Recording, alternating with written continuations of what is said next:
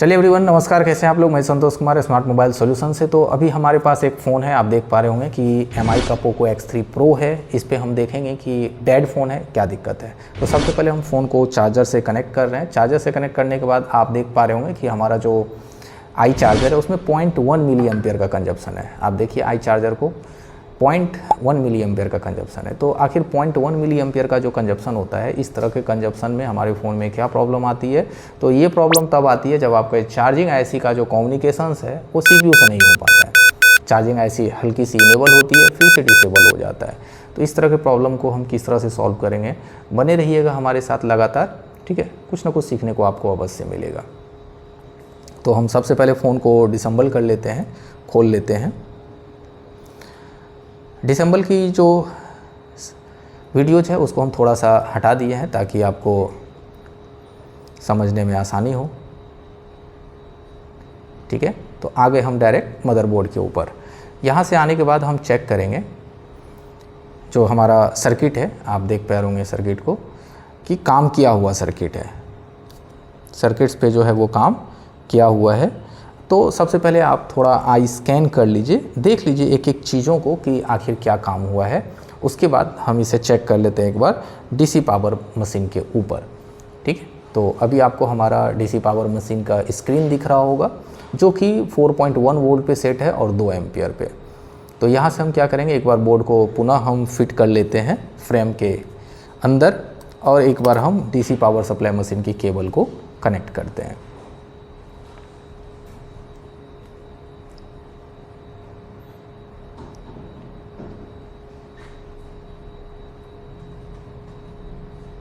Okay, तो यहाँ आप देख पा रहे होंगे कि 169 का ऑटो कंजप्शन है। ऑटो कंजप्शन का मतलब ये होता है कि जब आपका हैंडसेट में कोई भी VPH लाइन में लीकेज होगी तो इस तरह का कंजप्शन होगा।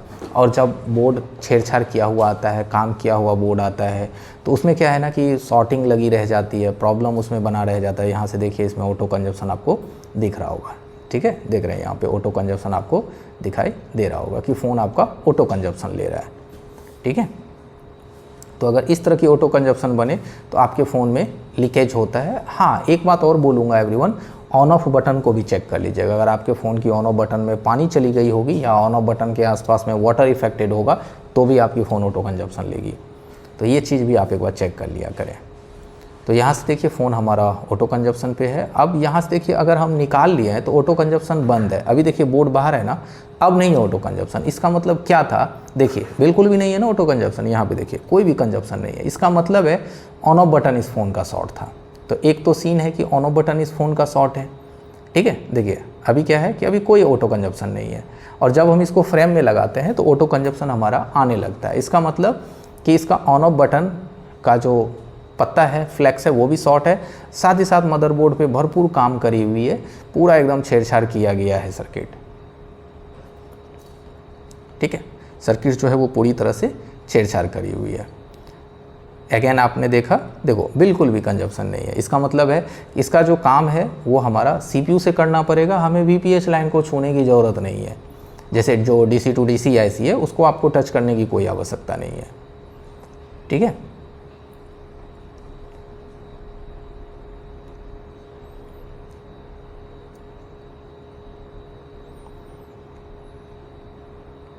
तो सबसे पहले हम इसे एक बार आई स्कैन करके अच्छे से देख लेते हैं।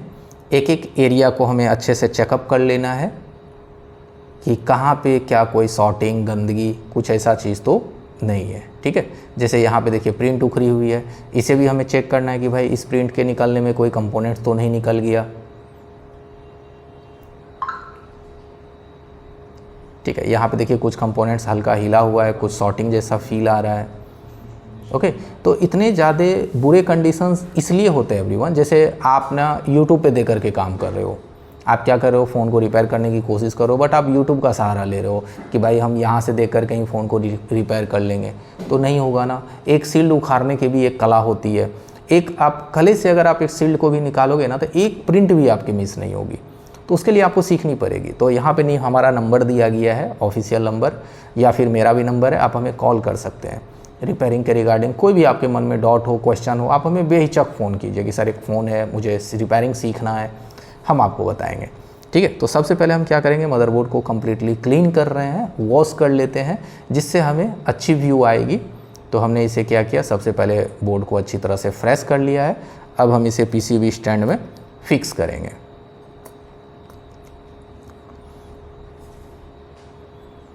तो बोर्ड हमारा पीसीबी स्टैंड में फिक्स हो जाने के बाद नेक्स्ट प्रोसेस हम इस पर स्टार्ट करेंगे।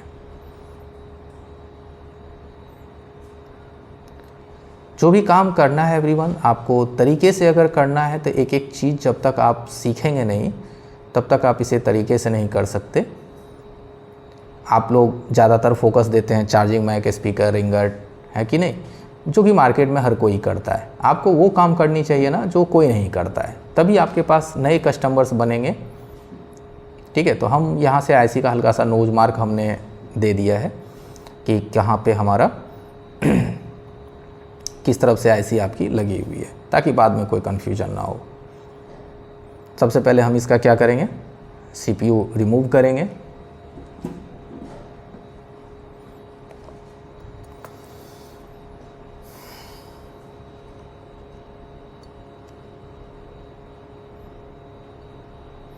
सबसे पहले आप थोड़ा प्रीहीट करके इसे 330 के टेम्परेचर में रिमूव कीजिए।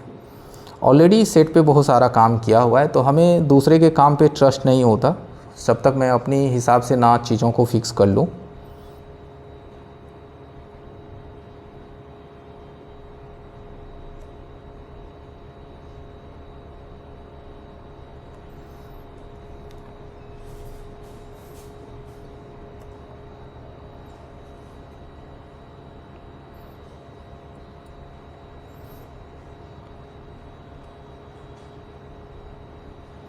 जो पार्ट्स हमारा हल्का सा भी हिल गया है उसको हम पहले सुधार लेंगे, और उसके बीच में अगर कोई पेस्ट या गंदगी है तो हम उसे साफ़ कर लेंगे।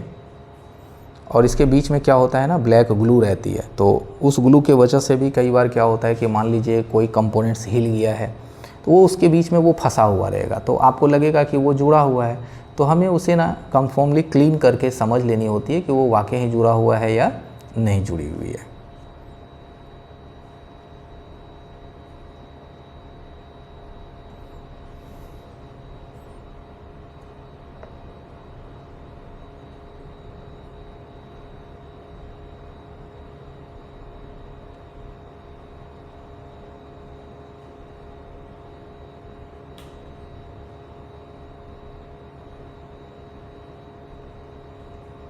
एक एक कंपोनेंट्स आपको देखना है कि हर एक कंपोनेंट्स अपनी जगह पे प्रॉपर है कि नहीं है।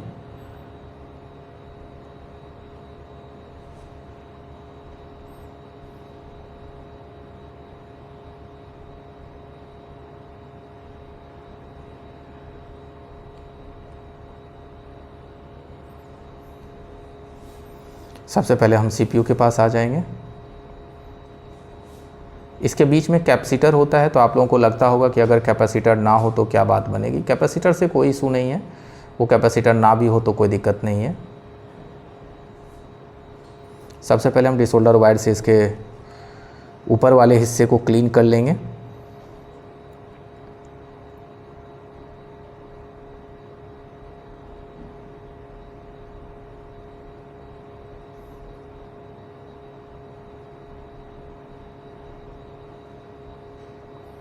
अब सीपीयू वाले पार्ट को क्लीन करेंगे।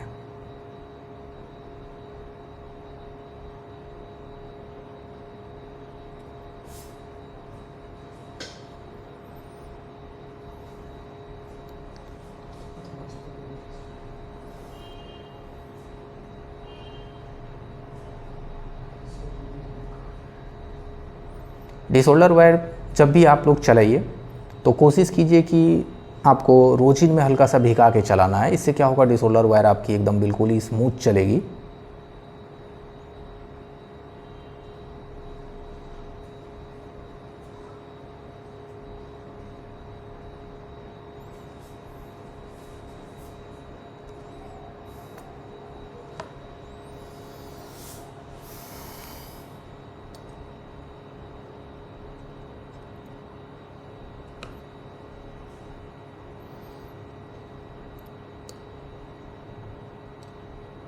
इसके बाद हम रैम पे आ जाएंगे।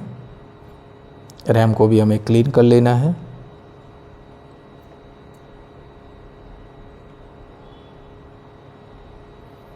डिसोलर वायर में रोजिन लगा के क्लीन कीजिएगा तो कोई भी स्क्रैच नहीं आएगी आपके आईसी पे।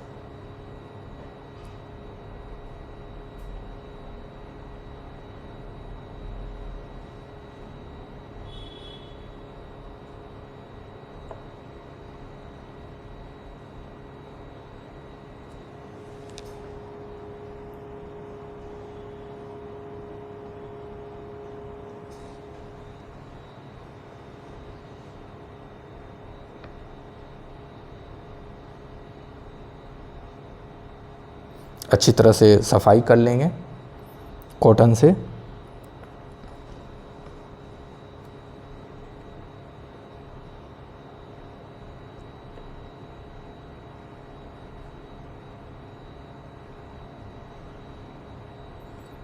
आईसी को स्टैंड पे फिक्स करेंगे।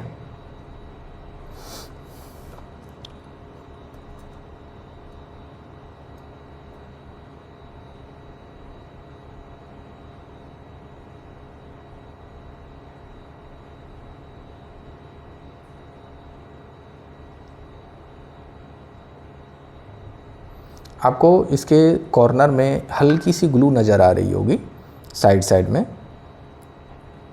वो सब ग्लू को हटा लेना होता है। अगर आप इसे नहीं हटाएंगे तो जब रैम इंस्टॉल होगा इसके ऊपर तो बैठने में दिक्कत करेगा। ठीक है, तो इसलिए हमें उसे थोड़ा थोड़ा सफाई कर लेना है, हटा लेनी है। एसएमडी से थोड़ा सा गर्म करना है 250 के टेम्परेचर पे, और वो साइड एरिया को हमें क्लीन करनी है। अगर वो नहीं होगी क्लीनिंग तो रैम जब इंस्टॉल होगा तो वो ग्लू में अगर टच हो गया तो नीचे सही से एडजस्ट नहीं हो पाएगा।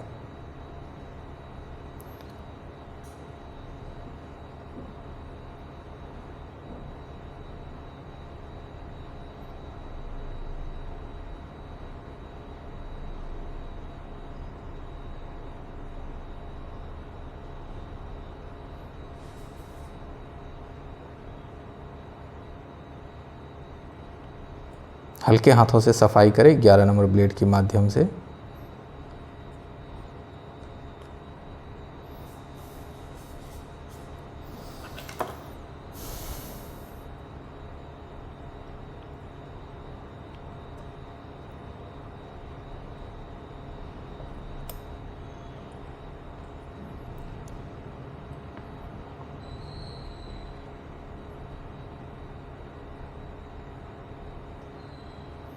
अब नीचे में टिश्यू पेपर रखेंगे।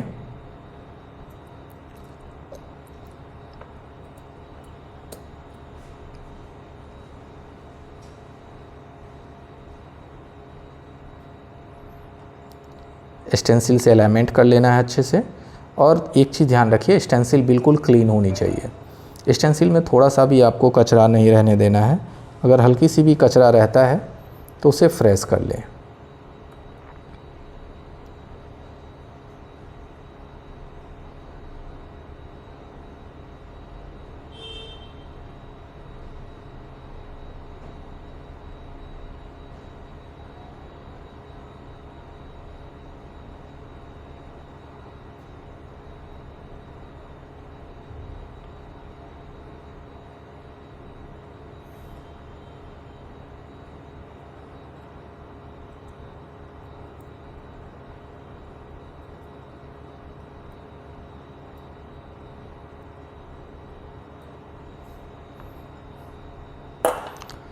एलिमेंट अच्छे से कर लेना है। स्क्रैपर ब्लेड से आपको पीपीडी अप्लाई करनी है।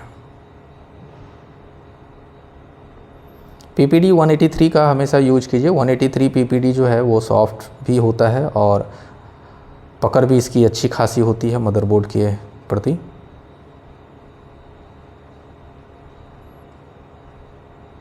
हल्का सा स्क्रैपर ब्लेड को हमें सपोर्ट देना है और इसके माध्यम से पीपीडी अप्लाई करनी है।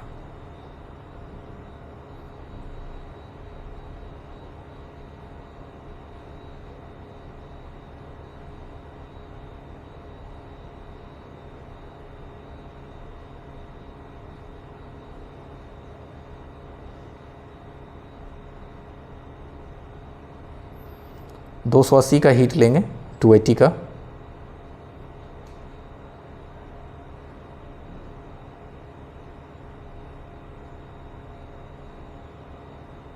ठीक है, बॉल हमारा कंप्लीट है।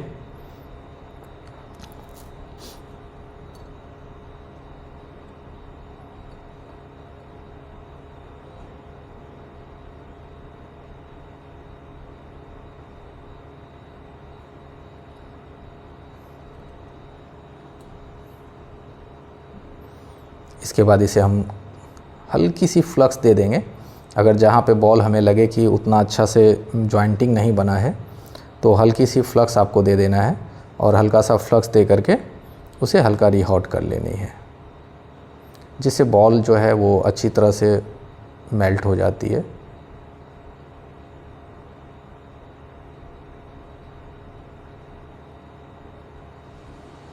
अब यहाँ से हमारा जो रैम है वो रेडी है। अब आ जाएंगे सीपीयू पे।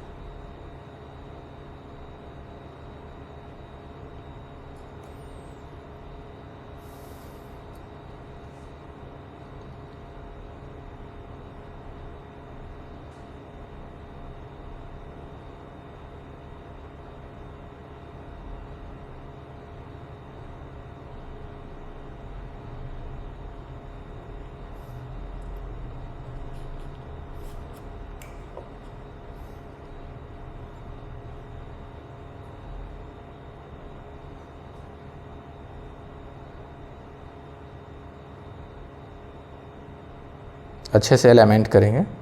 एलिमेंट में ध्यान रखिए, हल्का सा भी अगर तिरछा रहेगा तो सभी बॉल्स बिगड़ सकते हैं।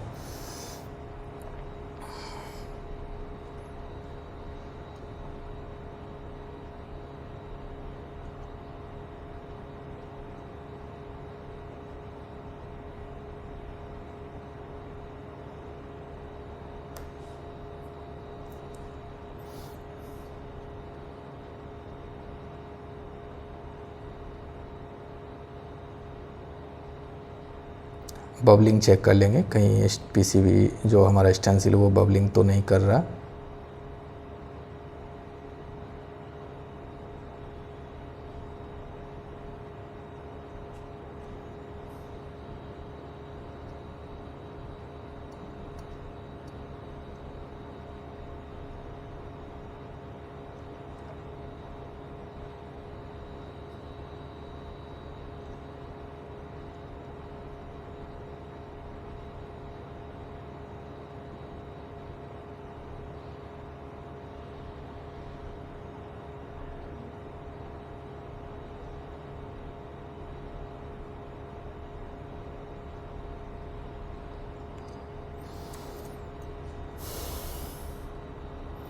पीपीडी यहाँ पे भी हमें 183 का ही पीपीडी लेना है।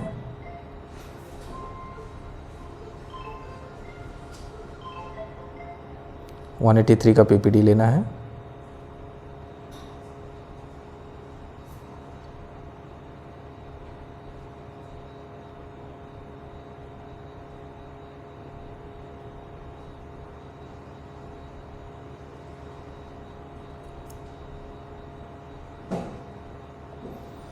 दो 280 का टेम्परेचर आपको रखनी है, 280, 290 और एयर 2.5 का।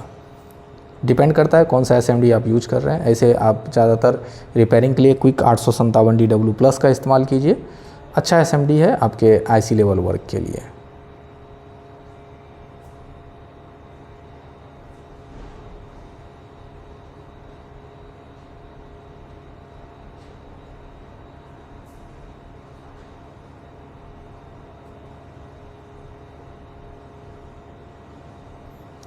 हल्का सा फ्लक्स देके आप रीहॉट कर सकते हैं। थोड़ा सा फ्लक्स देना है। मैकेनिक का मैं फ्लक्स यूज करता हूँ, मैकेनिक UV559। और एवरीवन, जिन भाइयों को भी लगता है कि हमें रिपेयरिंग इस लेवल का काम सीखना है 100% ऐसी लेवल का, तो नीचे दिए गए स्क्रीन पे हमारा नंबर है, आप हमें कॉल कर सकते हैं या व्हाट्सअप मैसेज छोड़ सकते हैं। हमारे पास ऑनलाइन एंड ऑफलाइन दोनों ट्रेनिंग अवेलेबल है। आपके लिए जो सूटेबल हो आप कर सकते हैं। आप चाहे ऑनलाइन कीजिए चाहे ऑफ़लाइन कीजिए, दोनों व्यवस्था हमारे पास है। ऑफ़लाइन भी है, रहने खाने की सुविधा भी है। आप बेफिचक आकर के आ सकते हैं हमारे पास, और रहने खाने की भी सुविधा है, और साथ ही साथ हम आपको आने के साथ 2 दिन की फ्री क्लासेस देंगे। अगर आपको पसंद आए तो नेक्स्ट कंटिन्यू करना है, नहीं तो आप घर वापस भी जा सकते हैं। तो अब हम आ जाएंगे सर्किट के ऊपर, बोर्ड के ऊपर, और बोर्ड की हम कर लेंगे डिसोल्डर वायर से सफाई। रोजिन को डिसोल्डर वायर में हल्का सा पहले भिगाएंगे।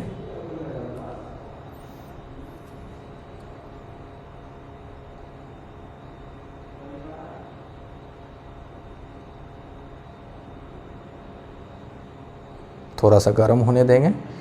सोल्डिंग आयरन का टेम्परेचर 320 डिग्री सेल्सियस रखिए। –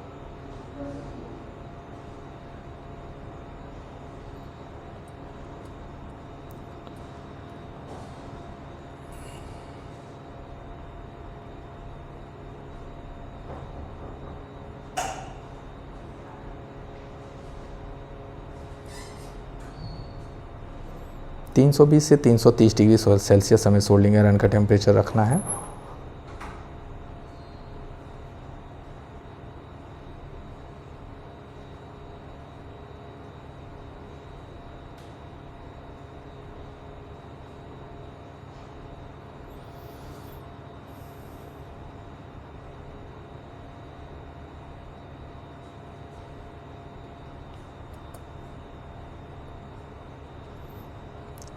ध्यान से देख लेना है कोई बॉल आपका बस तो नहीं गया, रह तो नहीं गया।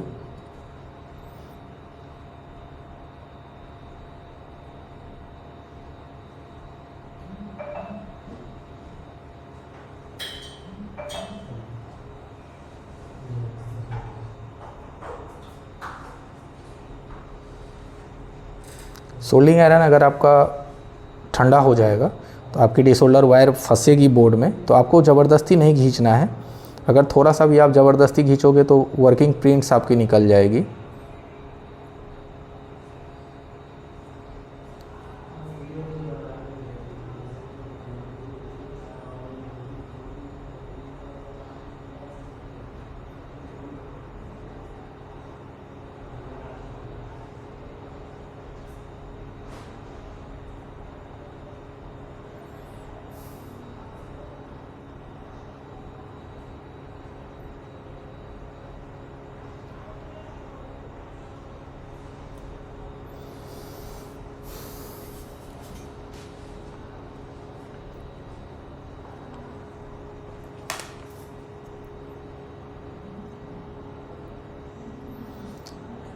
बोर्ड की क्लीनिंग एकदम बेहतरीन कीजिए ताकि हर एक बॉल्स बिल्कुल फ्लैट रहे।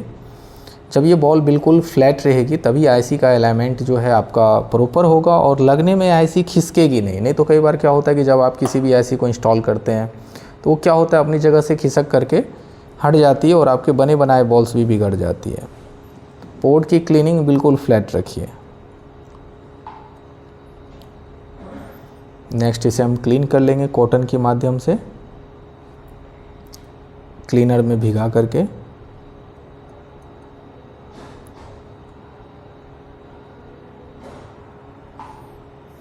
और आप देख सकते हैं कि बोर्ड का एक एक बॉल्स जो है वो परफेक्टली क्लीन है।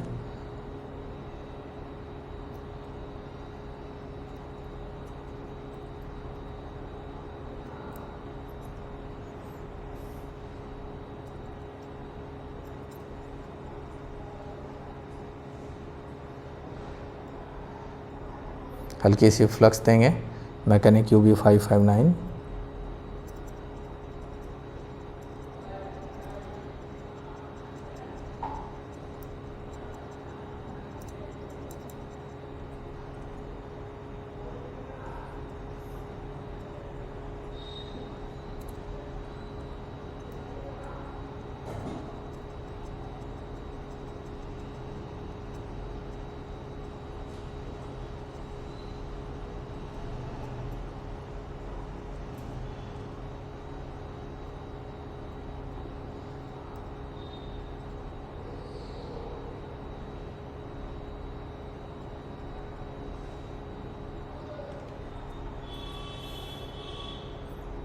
इसके बाद आईसी को हल्का सा आप चाहें तो वॉश कर लीजिए या क्लीन कर लीजिए।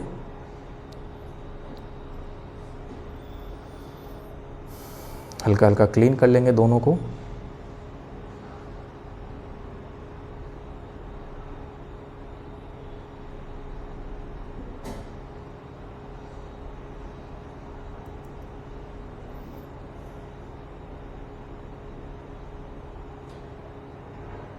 नोज मार्क के अकॉर्डिंग हम इसे अलाइनमेंट कर लेंगे।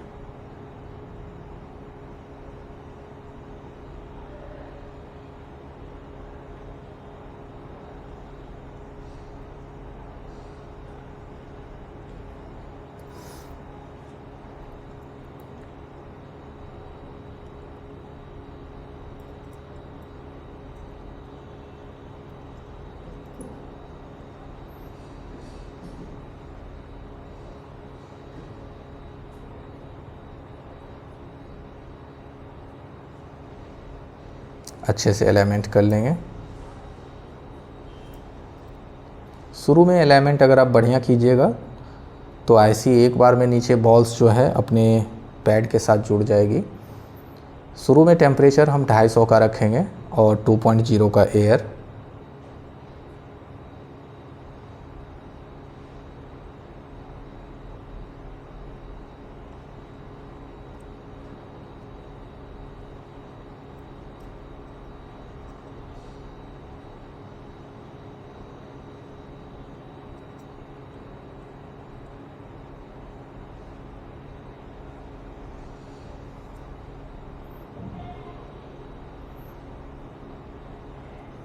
थोड़ा ठंडा होने देंगे।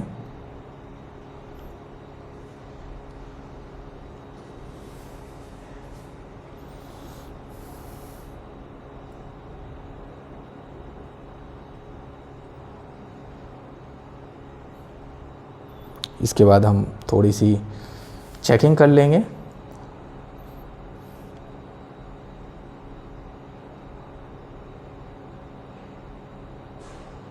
ये इसका रैम पार्ट होता है कि रैम की वोल्टेज जो है कनेक्शंस हमारे सीपीयू के ऊपर आ रही कि नहीं।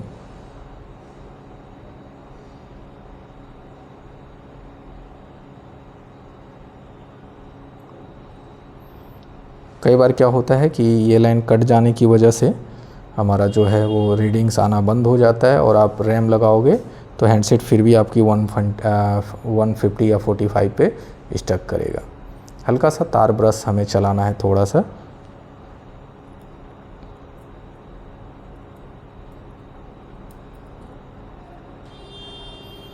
ताकि इसमें कार्बन जो आ जाता है वो कार्बन निकल जाएगी।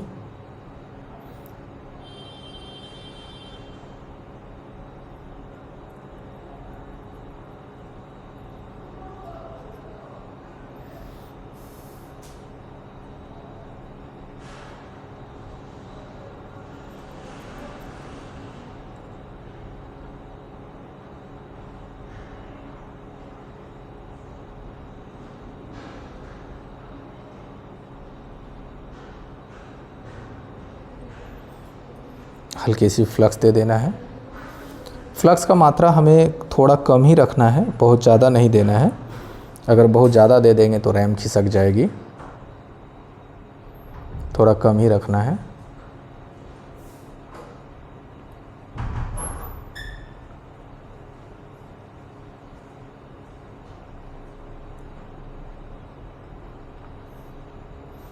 अब रैम को हमें अलाइनमेंट कर लेनी है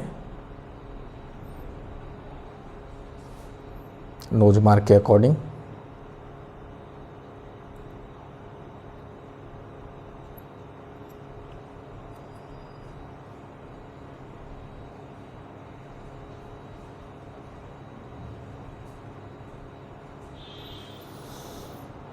चलिए अलाइनमेंट हमारा ओके है। अब हम 280-90 का हीट लेंगे और 2.0 का एयर।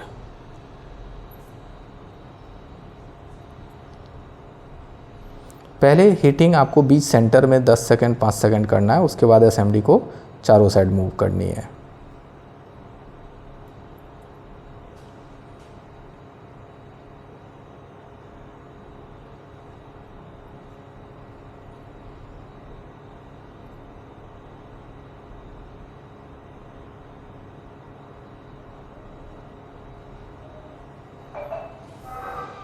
हल्का सा आप चाहें तो हिला करके चेक कर सकते हैं, बस माइनर सा,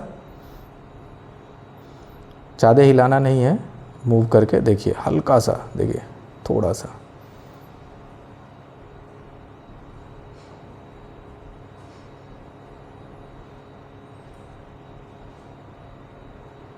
ओके, ठीक है, मूव हो रहा है।